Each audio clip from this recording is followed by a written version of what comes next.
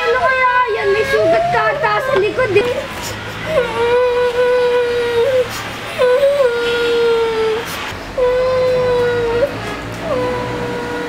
Ano nangyari sa'yo? Ba't ka umiiyak? Nako, ano mo anak, natural lang sa isang babae yan na makuha ng dalaw. Kaya ngayon, dahil kayo dalaga na, mag-iingat ka. Para sa ganon, maiwas ka sa mga aksidente mangyayari. Totoy!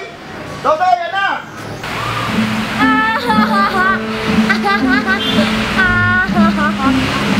Oo, magandaan! Baka alam mo na, sa lalaki, yan ang isa sa mga pagbabagong nangyayari sa kanya. Importante yan sapagkat kailangan sa kalinisan ng katawan ng lalaki.